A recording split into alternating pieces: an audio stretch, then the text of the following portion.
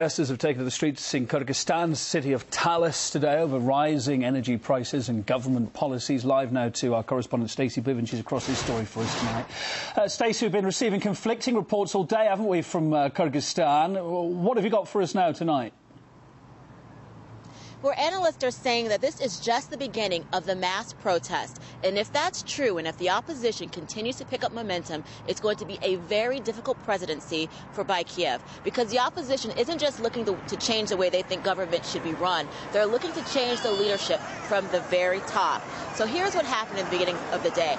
5,000 protesters gathered in the town of Talas, angry over what they describe as a government run by corruption and nepotism.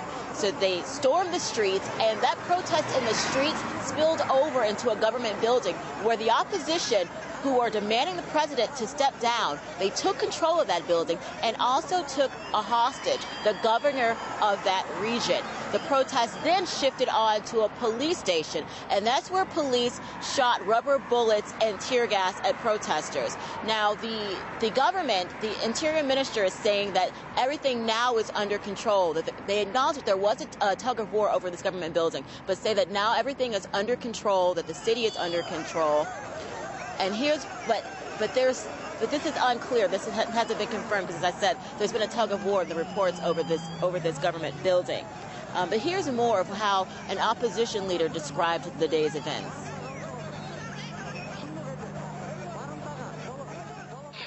Today they literally turned off access to external internet. They made the leading online BBS boards go out of business. They turned off leading blogs.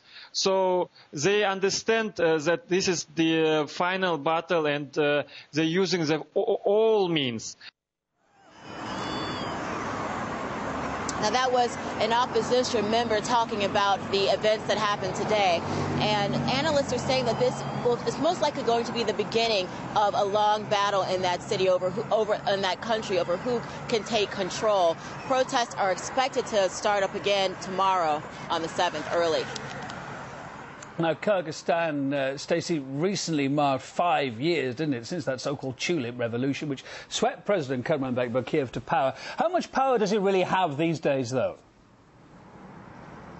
Well, I think that it still remains to be seen. As you mentioned, he took over in 2005 as part of that tulip revolution, where another president was unseated, and Kiev was able to take control. And it looks like the same thing may happen to him in this election, but in this year. But again, that remains to be seen. Here's more from an academic who's been following this.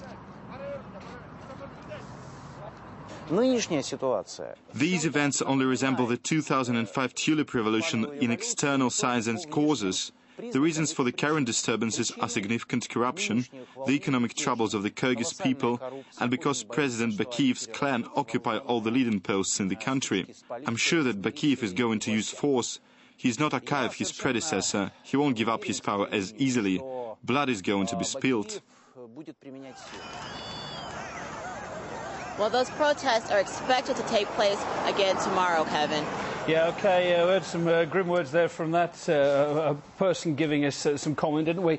If and when that story does develop, of course, we're the #1 channel to bring our viewers up to date on it, and also our homepage, rt.com. For now, Stories.flv reporting for us.